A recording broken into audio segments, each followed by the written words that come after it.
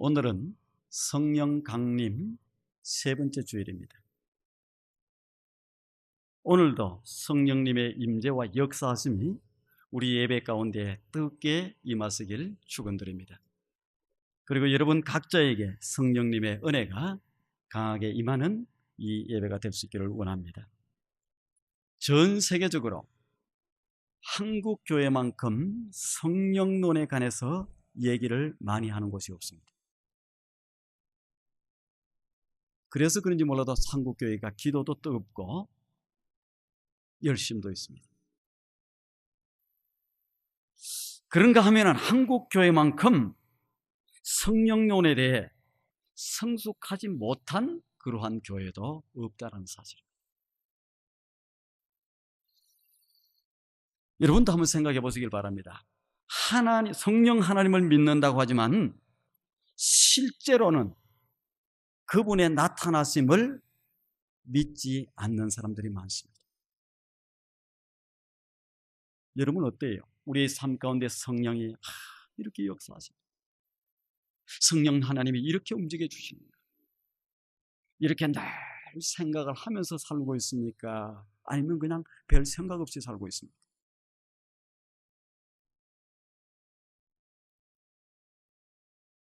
또 성령의 능력을 제한하면서 사는 사람들이 많습니다. 아이고, 어쩔 수가 없어. 그거 되겠어?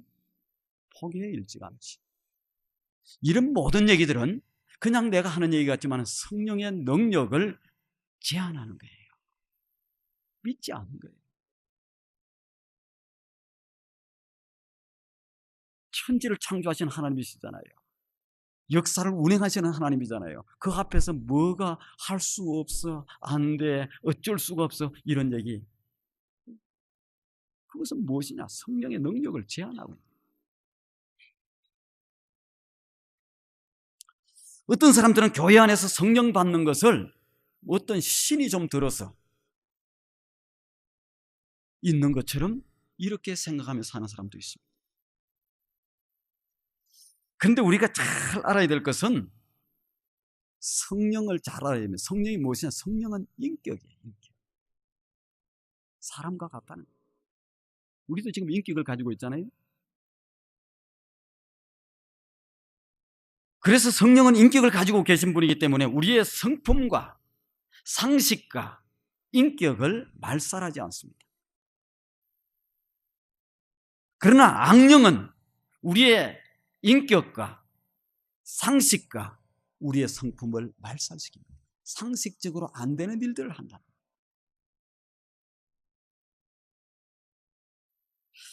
그러므로 이 악령에 사로잡힌 사람, 신접한 사람은 자기도 모르게 비정상적인 행동을 합니다. 여러분, 신접한 사람들, 악령에 사로잡힌 사람들은 자기 멋대로 살아요. 자, 성령과 악령은 분명히 차이가 있습니다. 성령에 대해서 잠깐 말씀을 드리면은 성령은 그리스도의 영이에요. 주의 영이다. 그리스도의 영이다. 무슨 얘기입니까? 언제나 예수 그리스도를 나타내는 거예요.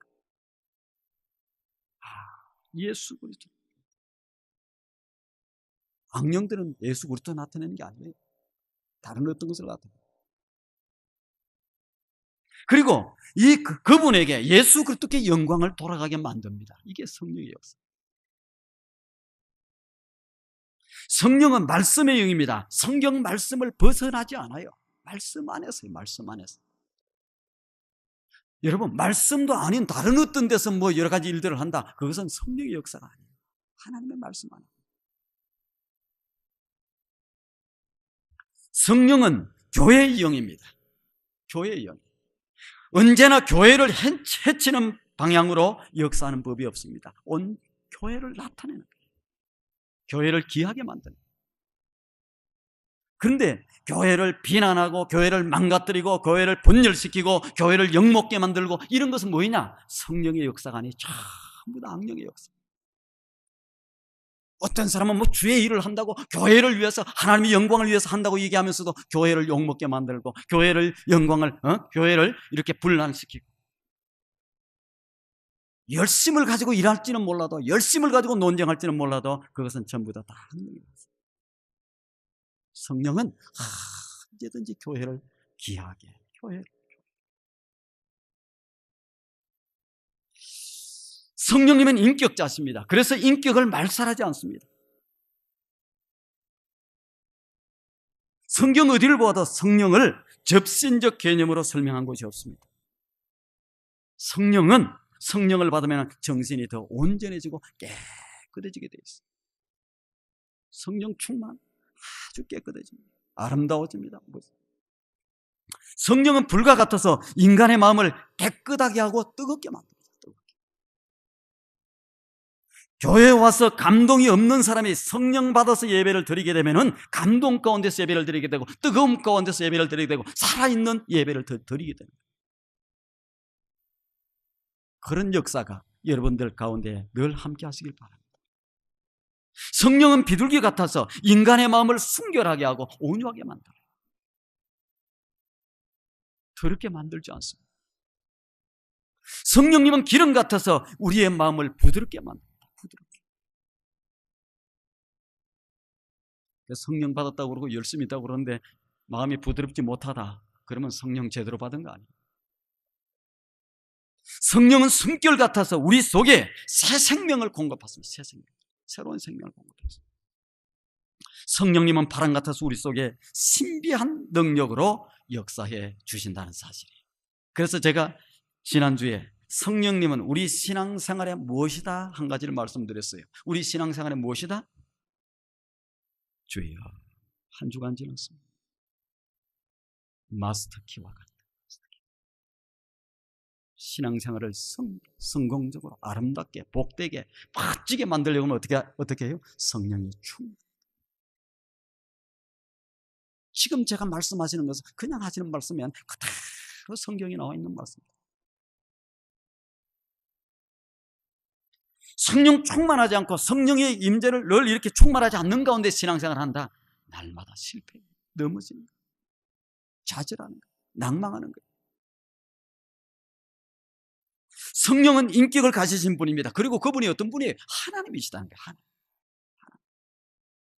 성령님은 인격을 가지신 하나님이시기에 그분은 우리의 모든 것을 알고 있다, 모르고 있다?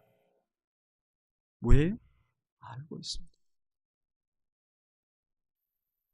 하나님이 내 사정을 모른다고 생각하지 마세요. 다 알고 계세요. 하나님이 바쁘셔서 뭐 이런 것까지 다 알고 계세요.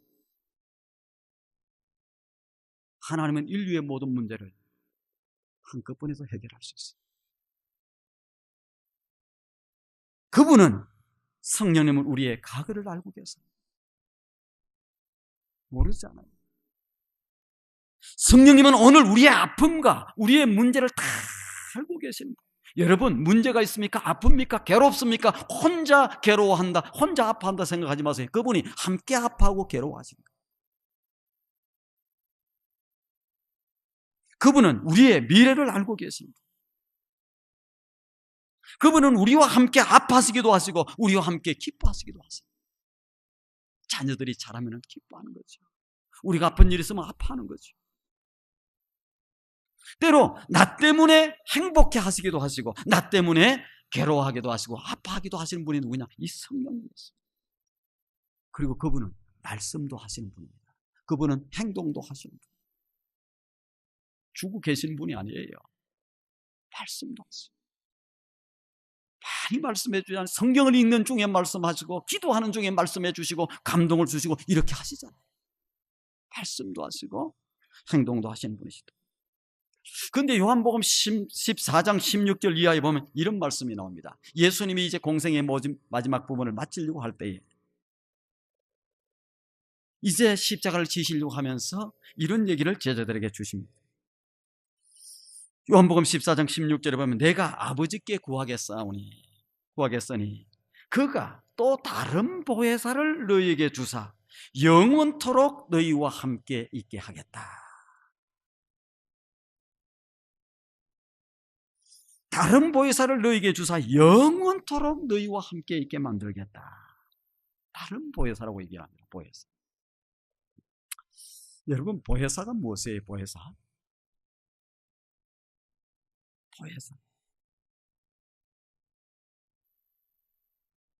성령을 나타내는 거죠. 파라클로테스라고 그래요.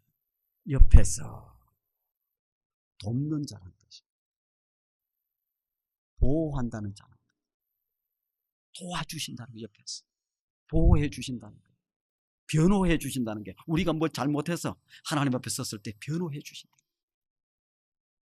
그래도 십자가의 보혈의 피를 믿고 예수를 믿고, 그래서 그가 제가 씻음을 받았습니다, 이렇게 하나님 앞에서 변호해 주는 자, 곁에서 도와줍니다.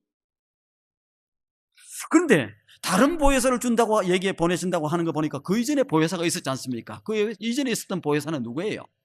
그 이전에 있었던 보혜사는 예수님입니다. 예수.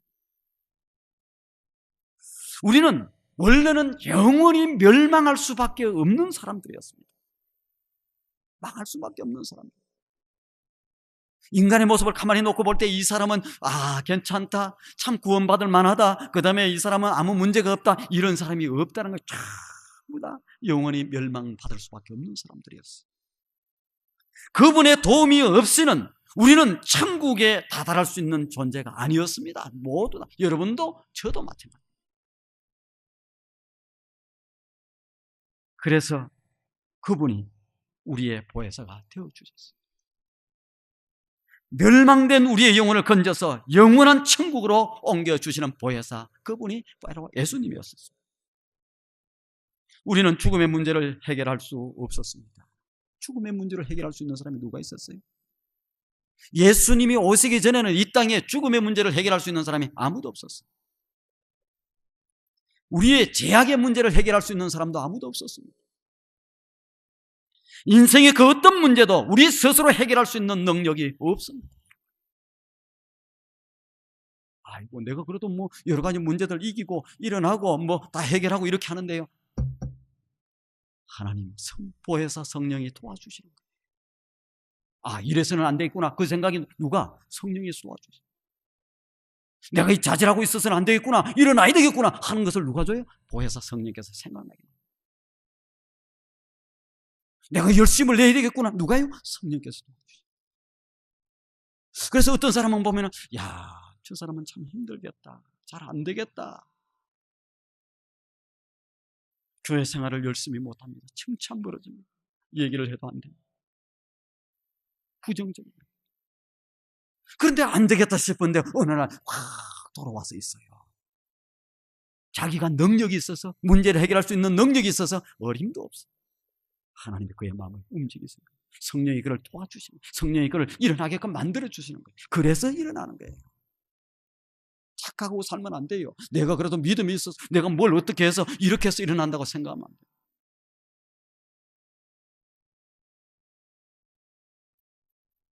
그분은 우리의 보혜사가 되셔서 우리와 함께 하시기로. 그리고 예수님이 떠나가시고 하면서 누구를? 또 다른 보혜사를 너희에게 보내겠다는 거예요. 그래서 너희가 영원토록 너희와 함께 하게 만드시겠다. 언제나 우리 가정과 함께 하시고 우리 일거수일투족과 함께 할 수 있는 또 다른 보혜사를 우리에게 보내주시겠다. 왜 예수님이 우리에게 그 보혜사를 보내주시겠다는 거예요? 왜 그래요? 우리가 부족하다는 사실을 알기 때문에, 우리가 연약하다는 사실을 알기 때문에, 그냥 놔둬서는 아무것도 안 되는 줄을 알기 때문에, 그냥 놔둬는 멸망할 수밖에 없는 것을 다 알고 있기 때문에, 그냥 놔둬서는 넘어질 수밖에 없는 것을 알고 있기 때문에 다른 보혜사를 보내주시겠다. 그래서 약속을 하세요. 제가 사람들을 많이 만나봤습니다. 목회를 하다 보면 사람을 많이 만나요. 교인들이 몇천 명씩 되다 보면 수없이 많은 사람을 만나요. 별별 사람 다 있어요. 참 잘난 사람도 만나보고 좀 못난 사람도, 저 사람은 참 어떻게 저렇게 못났나 싶은 사람도 만나보는 거예요. 어떤 사람은 박사학위를 몇 개씩 가지고 있고 똑똑한 사람들도 만나봐요. 어떤 사람들은 좀 많이 배우지 못한 사람도 만나요. 어떤 사람은 부자예요. 엄청 부자예요. 그런 사람도 만나봐요. 어떤 사람은 가난한 사람, 하루 새끼 밥도 해결하기 힘든 사람들도 있어요. 연세가 많이 든 사람도 만나보고 젊은 사람들도 만나보고, 만나보는데 인간이 공통점이 딱 하나가 있어요. 무슨 공통점이 있겠어요? 잘난 사람, 못난 사람, 많이 배운 사람, 못 배운 사람, 그 다음에 돈이 많이 가진 사람, 돈이 없는 사람, 공통점이 딱 하나 있어요. 무슨 공통점이 있겠어요? 그 공통점은 인간은 모두가 약하다는 것입니다. 부족하다. 혹시 세다고 하는 사람 있어요? 제가 약한 모습을 보여드릴 수 있는, 연약한 존재라는 거예요.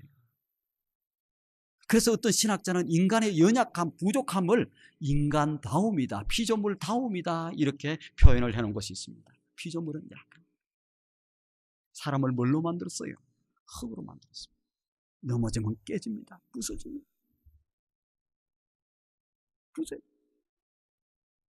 질그릇 같다고 성경은 얘기했잖아요. 질그릇이 뭡니까? 흙으로 만드는 항아리예요.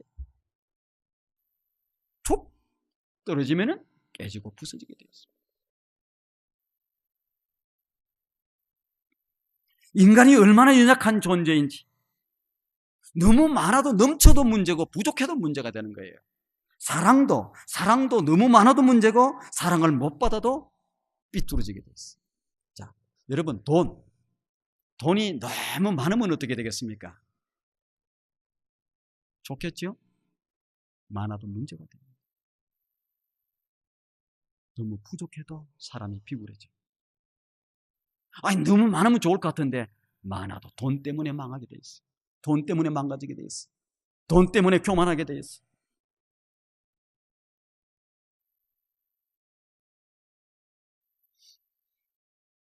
하나님은 우리의 모든 것들을 다 알고 계십니다. 우리의 체질을 알고 계시는 분, 우리의 모든 것을 다 알고 계시는 분이에요. 하나님은 우리의 인간이 얼마나 연약한 체질을 가지고 계시는지 그것을 다 알고 계십니다. 성령도 우리의 연약함을 도우시나니 이렇게 얘기하고 있습니다. 우리의 연약함을 도우시나니. 우리의 성경으로 보면 연약함이라고는 그냥 단수로 되어 있는 것 같아요. 그런데 성경 원문을 보면은 복수로 되어 있습니다. 무슨 얘기냐? 우리의 연약함이 한두 가지가 아니다는 거예요. 여러 가지로 약하다. 제가 타이타닉 영화가 나온 걸 봤어요. 근데 이 타이타닉 영화를 볼 때에 여러분들이 보시면 알겠습니다. 보셨으니까 알겠습니다만은 배가 이렇게 쫙 갈라지려고 그래요. 배가 갈라지려고. 그때 뭐가 가장 먼저 이렇게 뛰쳐나오느냐 하면은 쥐들이 팍 뛰쳐나옵니다. 쥐들. 이 얘기는 무슨 얘기냐? 쥐들은 벌써 이것이 파선이 되는 것을 다 알고 있다. 배가 갈라질 것이다. 근데 인간은 멍하니 이제 파선이 되었든지 좀 있다가 뭐 물에 빠져 죽는지 이런 걸 모르고 그냥 가만히 있는 거예요. 인간이 제법 세다고요? 개미란 놈은 홍수가 날 것을 미리 안대요. 개미. 그래서 홍수가 나기 전에 이미 자기 집을 저 나무 위로 높은 데로 옮긴다. 근데 인간은 뭐 홍수가 나는지 안 나는지. 금이라고 한 놈은 바람이 불기 전에 어디서 바람이 불 것인 줄 알고 자기가 거무줄을 치더라도 딱 쳤네. 한 마리의 미문마도 못한 게 우리 인생이라고 하는 거예요. 그러면서 우리는 쥐새끼, 금이, 깨미 새끼, 이렇게 얘기하지만은 그 미물들이 우리를 보고 웃을 거 아닙니까? 인간이 저 똑똑하다고, 제법 세다고, 우리 막 죽이기도 하고, 괴롭히기도 하고 하는데, 전부 보라고, 아무것도. 한 걸음 앞을 한 치 앞을 못 내다보는 것이 무엇이냐? 그게 인간이란 사실. 이러고도 다 하는 것처럼. 인간은 육체적으로도 약해요. 운동을 하는 사람들, 센 사람들, 그래서 근육이 이렇게 탁 굵어져 나온 사람들, 이런 사람들도 그 가운데 바이러스가 침투하든지 세균이 침투 딱 하면 어떻게 됩니까? 그냥 쓰러지게 돼 있어요. 넘어지게 돼 있어요.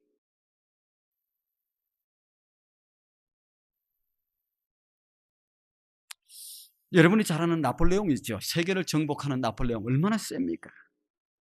근데 그가 집으로 돌아오면 너무 고독했어.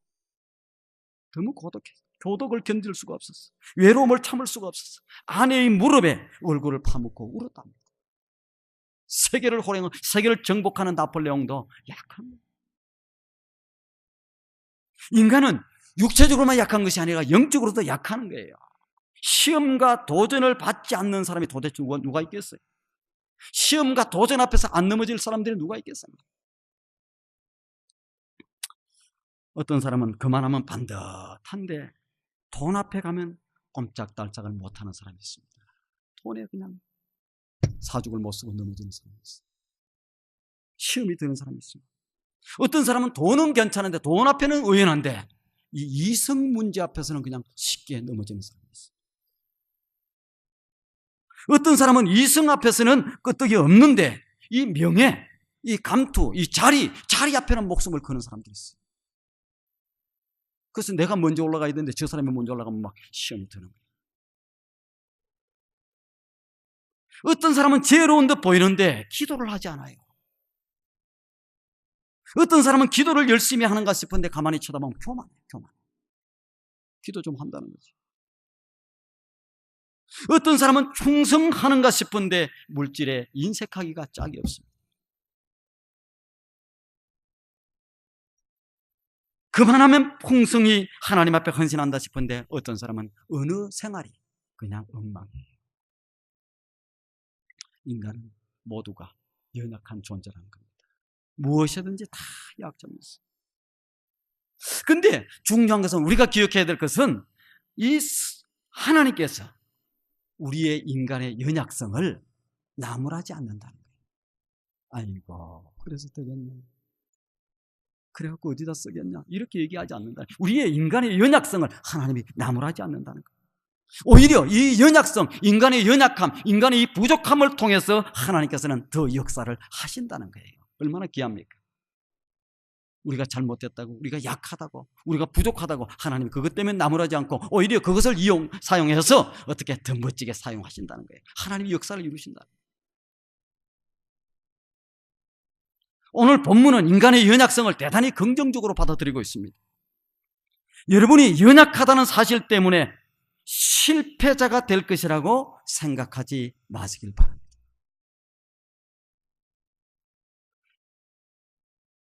여러분이 연약하기 때문에 성공적인 삶을 살 수 나는 없을 것이다, 나는 안 된다 이렇게 생각하지 마시길 바랍니다.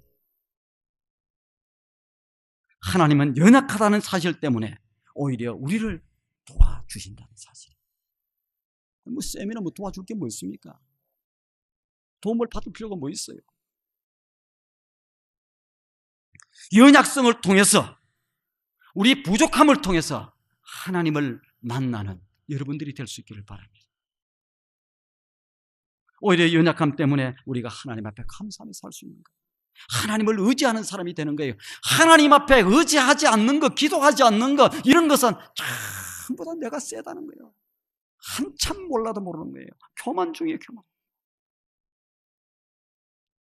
우리는 단 한 시간도 하루도 하나님의 도우심이 없으면 살 수 없는 사람. 살 수 없는. 이와 같이 연약한 우리를 하나님이 어떻게 다루십니까? 하나님을 잘 보세요. 하나님이 어떻게 다루시는지. 연약한 사람을 전부 다 영웅으로 딱 세게 만들어서, 영웅으로 만들어서 하나님이 우리를 쓰십니까?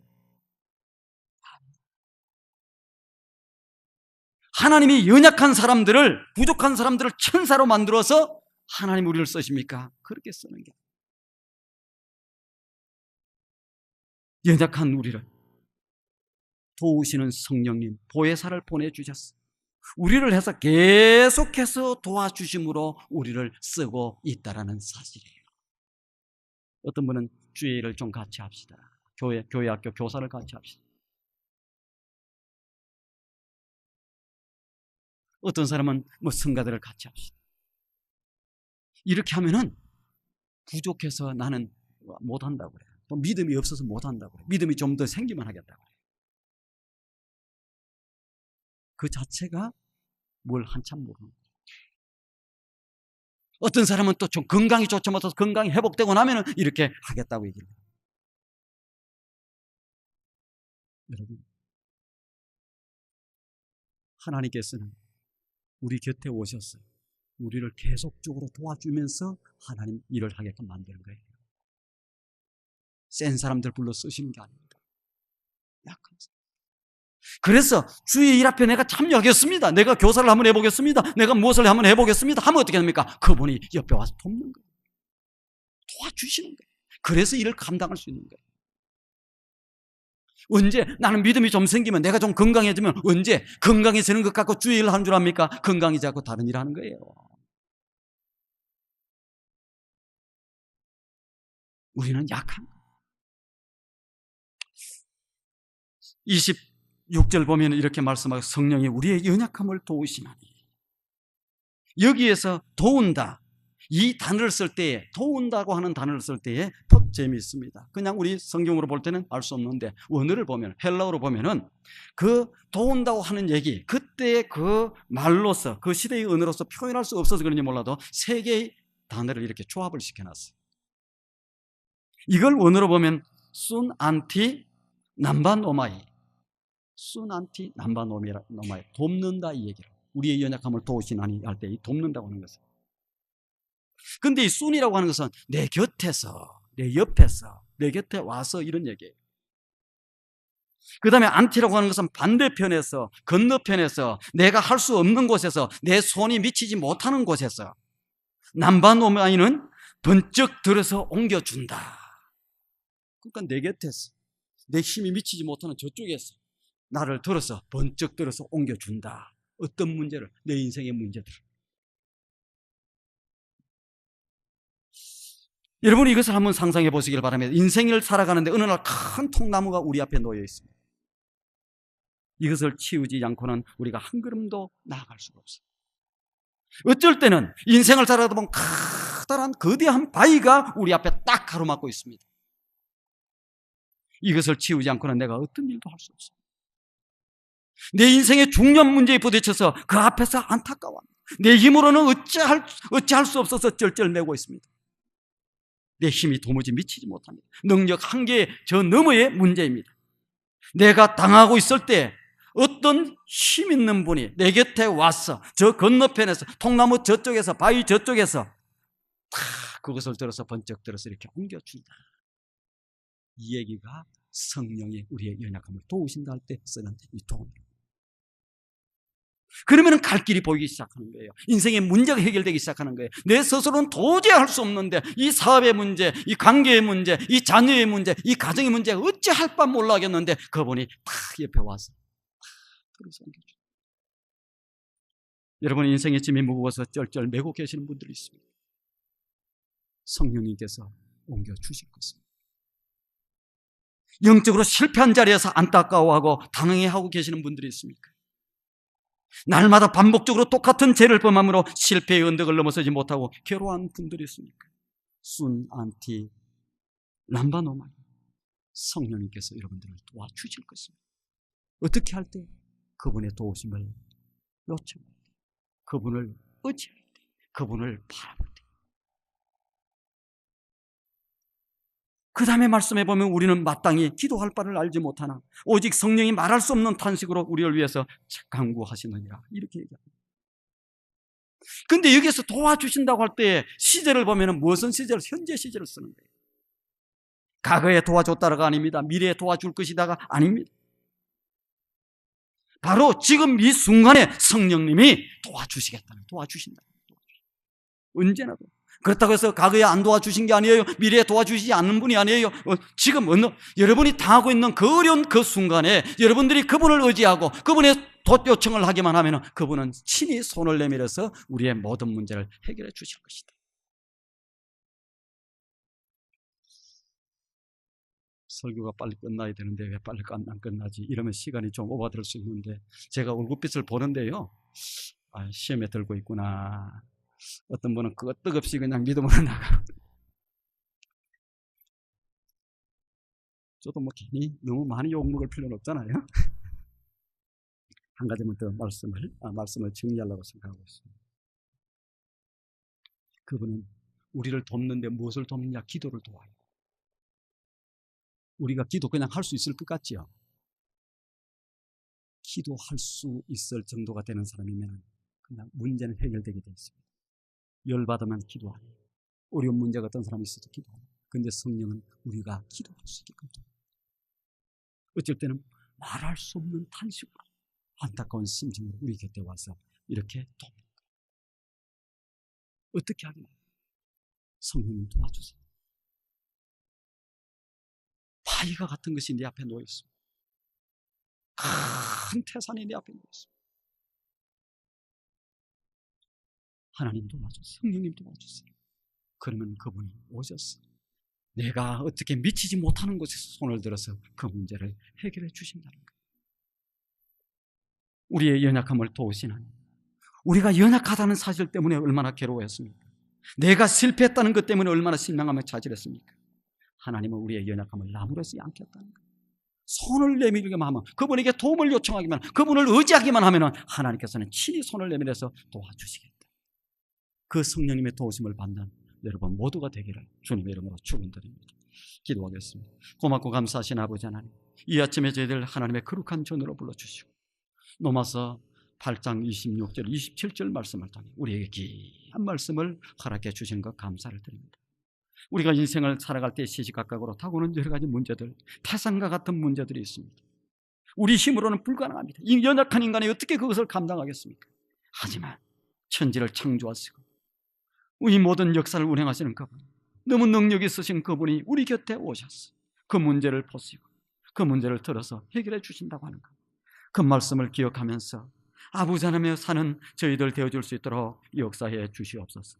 예수님의 거룩하신 이름으로 기도드리옵나이다.